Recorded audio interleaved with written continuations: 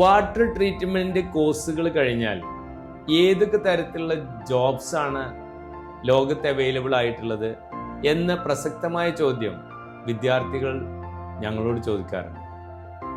ഒരുപാട് തൊഴിലവസരങ്ങളുണ്ട്.